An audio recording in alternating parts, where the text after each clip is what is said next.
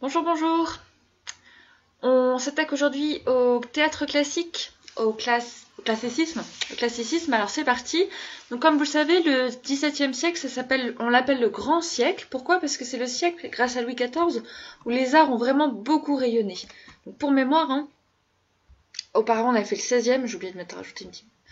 La Renaissance est au XVIe, et ensuite, une fois que notre Renaissance est finie, on arrive au grand siècle. Puis on passera au siècle des Lumières au XVIIIe. Essayez de ne pas confondre.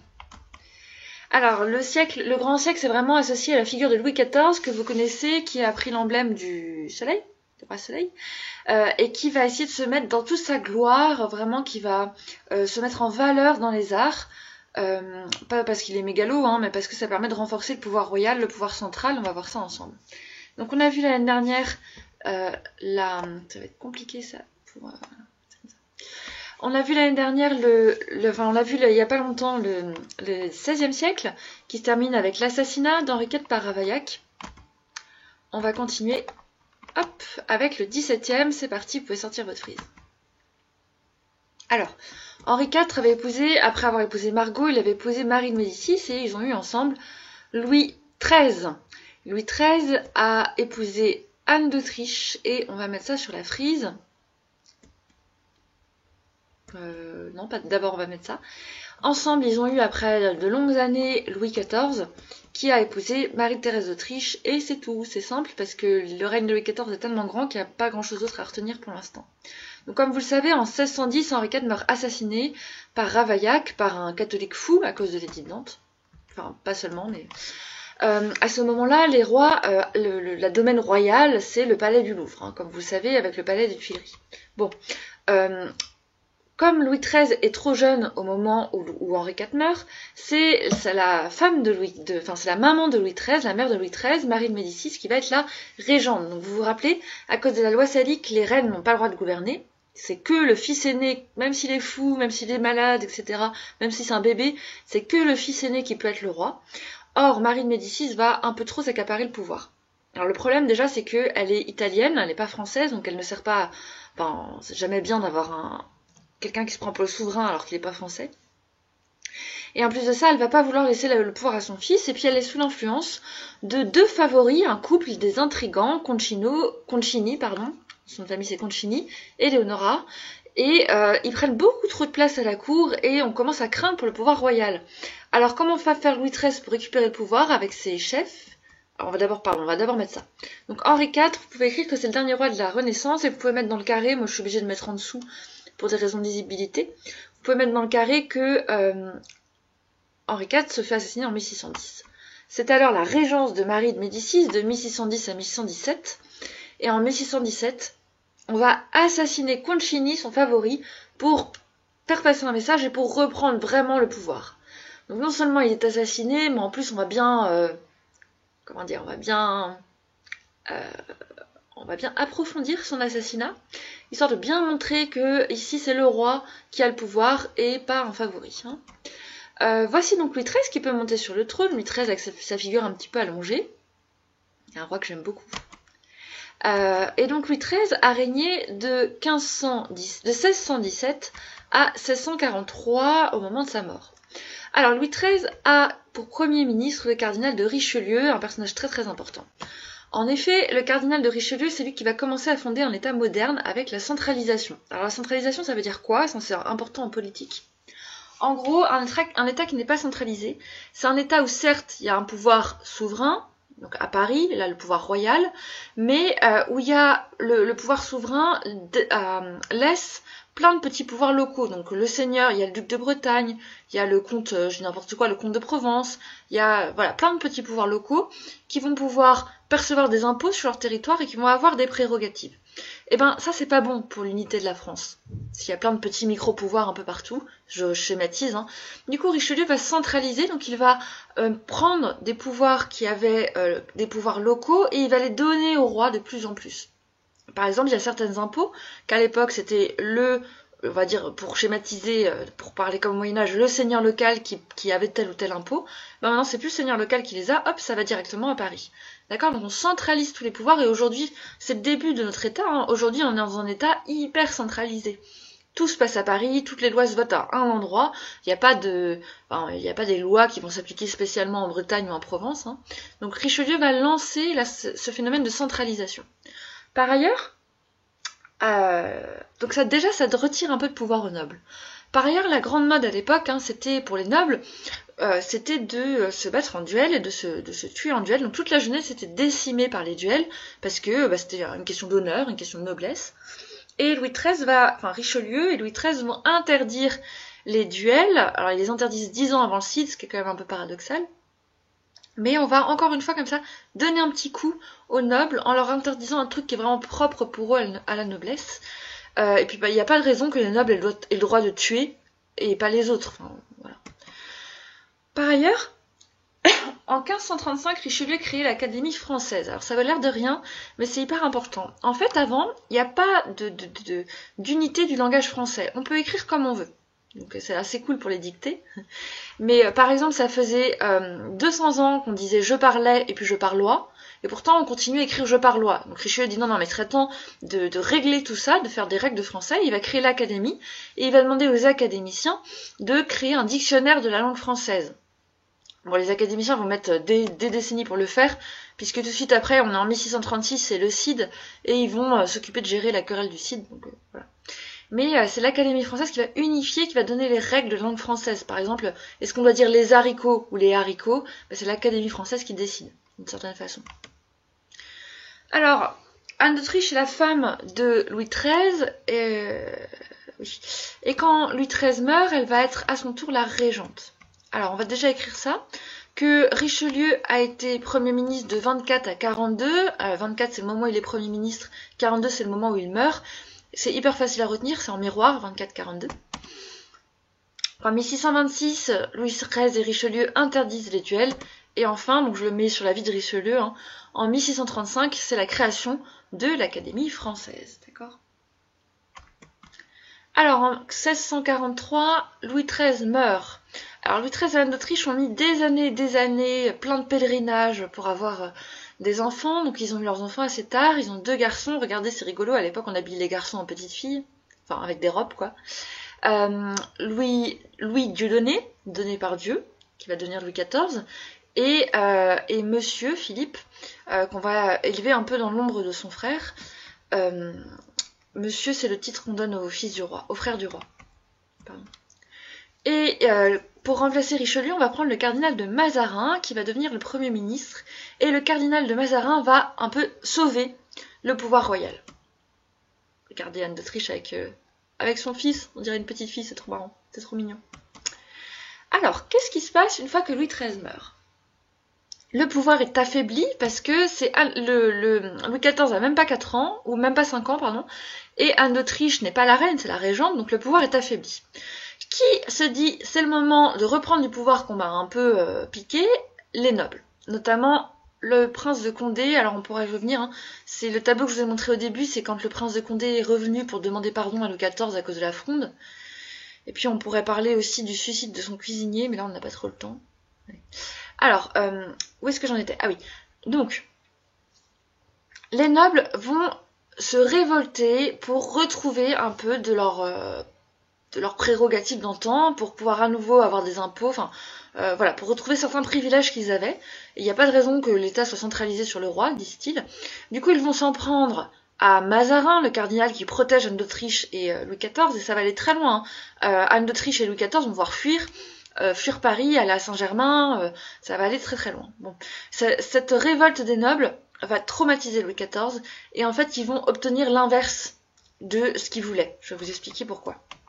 Alors, vous pouvez noter que c'est la régence d'Anne d'Autriche de 43 à 51, que Mazarin a été Premier ministre de 43 à 61 au moment de sa mort, et que, vous pouvez colorier les petites étoiles en rouge, que la régence a été bouleversée par la fronde. Donc quand Louis XIV va arriver au pouvoir, il va resserrer un petit peu la vis pour tous ses nobles. À 13 ans, Louis XIV monte sur le trône. Donc Louis XIV qui déjà à l'époque se présente pendant les spectacles en soleil. Il a bien compris qu'il fallait serrer la vis du pouvoir royal. Qu'est-ce qu'il va faire pour mater les nobles qui avaient frondé contre lui? il va en faire des courtisans. Il va se mettre en scène en permanence, il va donner plein d'honneur à tous ces petits nobles qu'il va ramener à Versailles sous les yeux pour bien les surveiller, et il va en faire des courtisans. Alors qu'est-ce que c'est qu'un courtisan? C'est quelqu'un qui est à la botte du roi, qui flatte le roi, qui fait tout pour plaire au roi. Donc par exemple, il va donner à un tel, il va lui donner un honneur du type c'est toi qui m'apportes le pot d'eau pendant l'heure du déjeuner. Puis un autre, c'est toi qui m'apportes les gants quand je m'habille le matin. Vous savez, le roi Soleil, il se réveille, il y a tout le monde qui est assis à son réveil, à son lever, tout le monde assis à son déjeuner. Et puis au troisième, c'est toi qui apportes mon pot de chambre. Ah, quel honneur, j'apporte le pot de chambre. Donc il va essayer, à force de se mettre en scène, de les mettre à sa botte. Ça va complètement les mater. Maintenant, les courtisans ne rêvent plus du tout de noblesse et d'indépendance. La seule chose dont ils rêvent, c'est de se faire bien voir par le roi, d'être dans les petits papiers du roi. Je schématise, quand même. Du coup, face au bazar qu'il y a eu pendant la Fronde, Louis XIV va tout faire pour imposer des nouvelles valeurs qui sont l'ordre, la stabilité, la rigueur, les règles. Voilà. Donc si vous allez à Versailles, vraiment, tout est ordonné, tout est construit suivant des règles, tout converge vers le roi Soleil, enfin tout est construit mathématiquement. Maintenant, la France est ordonnée, c'est bien clair, c'est une pyramide avec le roi au-dessus, les autres en dessous. Alors, il va faire un coup d'éclat en 61 pour aller encore plus loin, Louis XIV. En 61, le Premier ministre meurt. Alors à ce moment-là, tout le monde pense que le nouveau Premier ministre, ça sera Nicolas Fouquet. Nicolas Fouquet, ici, là, avec sa petite moustache. Alors, pourquoi est-ce que tout le monde pense que Nicolas Fouquet sera le nouveau Premier ministre? Parce que Nicolas Fouquet est hyper bien vu, il a un magnifique château qu'il vient de refaire à Vaux-le-Vicomte, c'est l'homme du moment.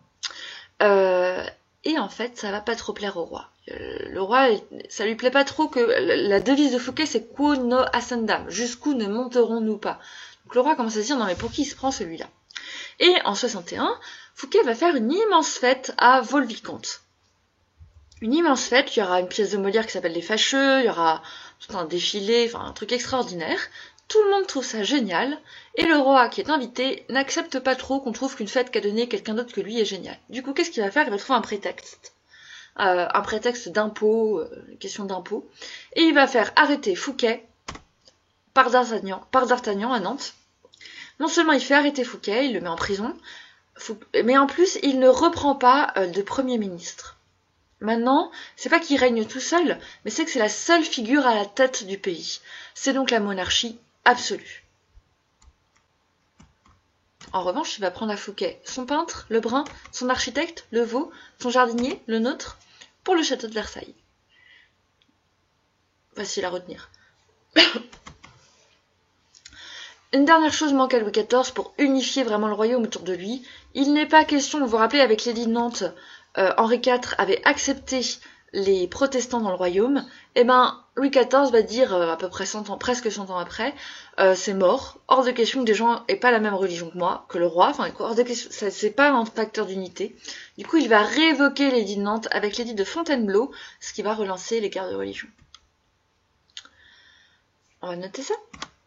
Alors, en 51, Louis XIV monte sur le trône jusqu'en 1715. C'est le plus long règne de l'histoire de France. Donc, un règne vraiment qui a marqué l'histoire de France. Je crois qu'il y a Charlemagne aussi qui a vécu très longtemps. Mais Louis XIV, c'est vraiment le plus grand. C'est un génie politique, en fait, Louis XIV. Hein. C'est vraiment un...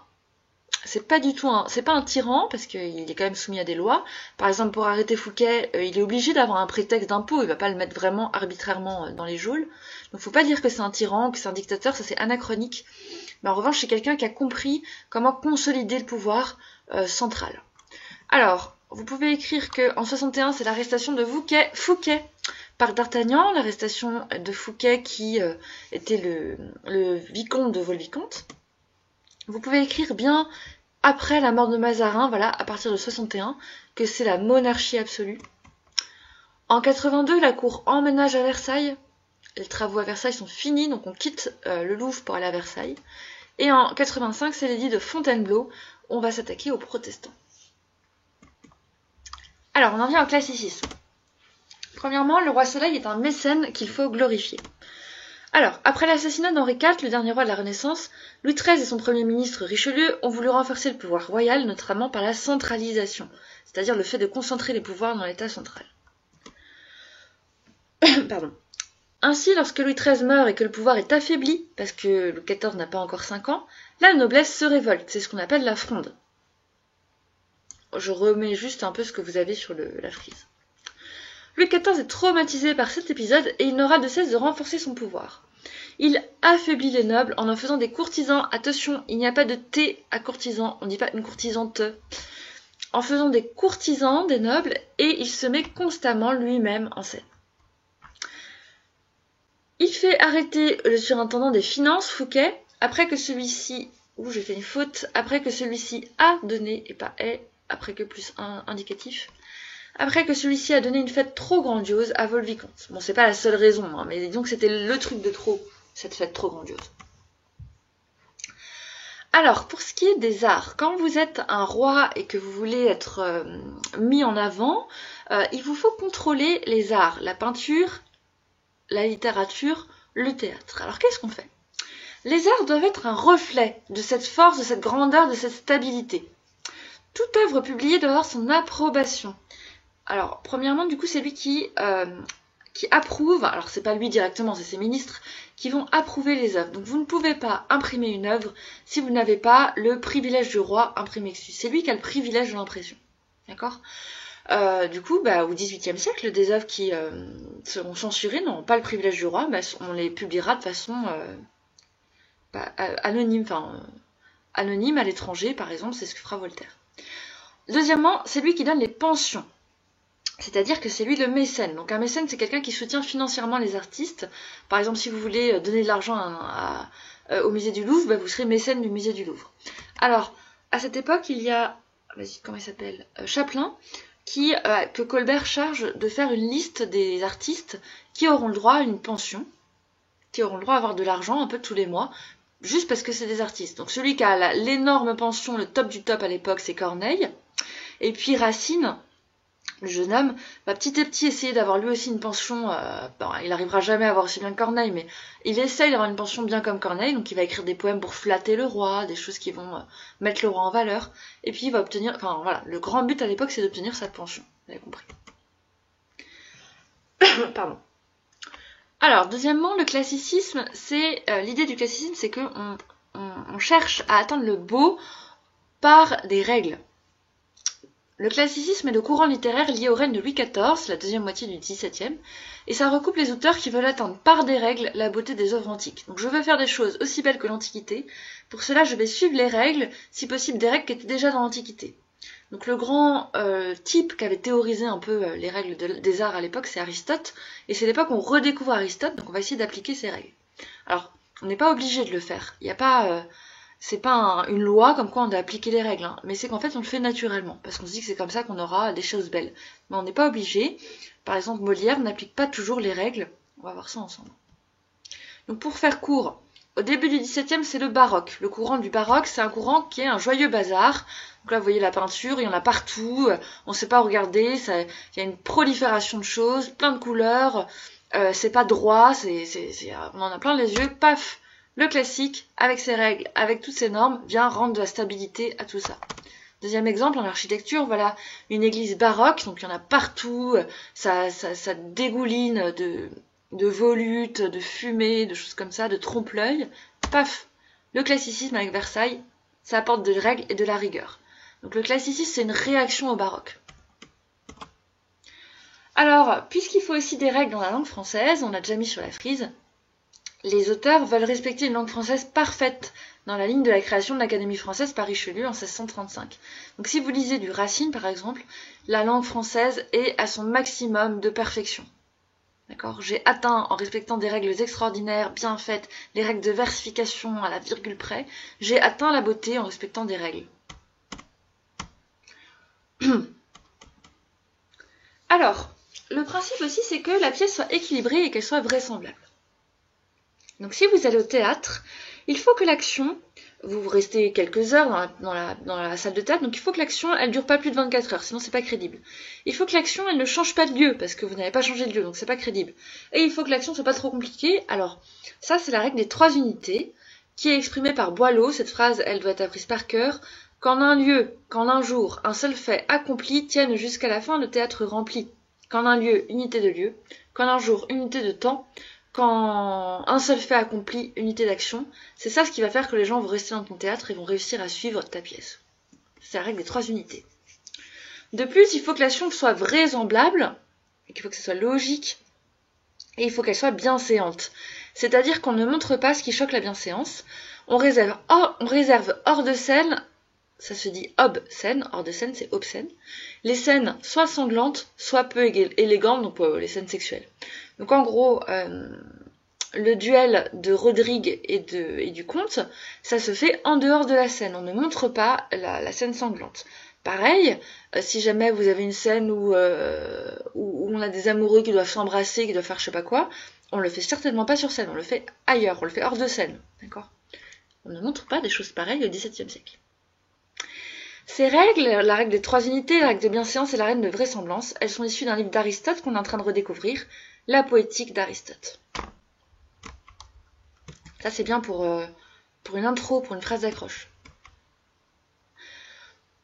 En plus, toujours dans un souci d'équilibre, de respecter les règles, le théâtre classique évite de mélanger les genres. Donc soit tu fais une tragédie, tu respectes les règles de la tragédie, soit tu fais une comédie, tu respectes strictement les règles de la comédie, mais tu essayes de ne pas mélanger. Grosso modo, hein, je dis pas on le fait toujours. Alors, la tragédie d'abord, elle doit toujours inspirer terreur et pitié, toujours. Ensuite, elle doit purger les passions, c'est la catharsis. Ça veut dire quoi ? Ça veut dire que si tu vois sur scène Médée qui tue ses enfants, si tu vois Phèdre qui est amoureuse de son fils, si tu vois des trucs atroces, tu les vis par procuration, un peu comme quand tu es sur ton jeu vidéo et que tu massacres tout le monde, hein. Tu les vis par procuration, ces émotions négatives, ces passions horribles, ces passions intenses, et du coup, dans la vraie vie, tu en es purifié. Puisque par procuration, tu as tué des enfants, avec Médée qui a tué ses enfants, bah, le soir quand tes enfants t'agacent, tu vas pas les tuer, parce que tu as déjà vécu ça par procuration.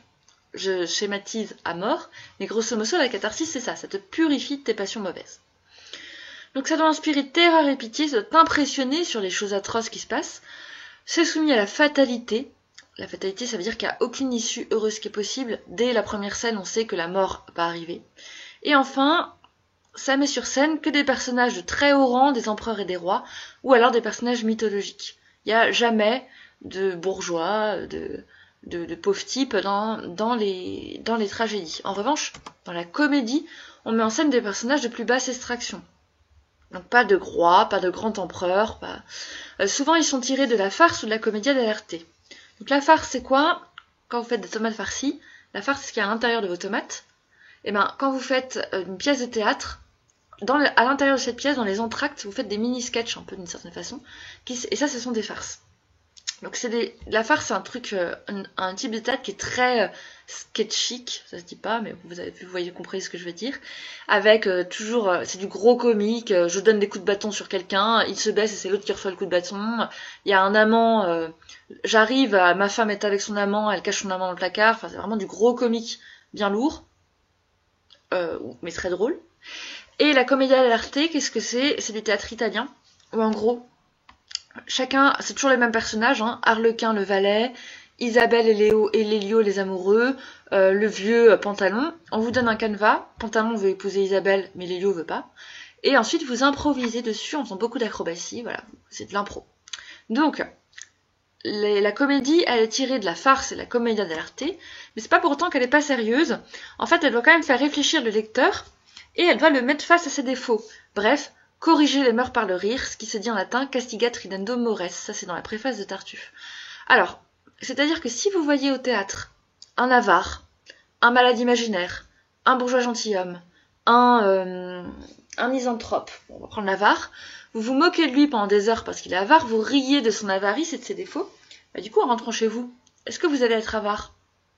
Non, vous venez de vous moquer d'un avare, donc vous, ça va corriger vos mœurs. D'accord ? Ça, on corrige les mœurs par le rire. Donc, comme on s'est moqué des défauts de quelqu'un, bah après, dans sa vraie vie, on va pas les avoir, ces défauts. Bah, sinon, on se moque de nous-mêmes, quoi.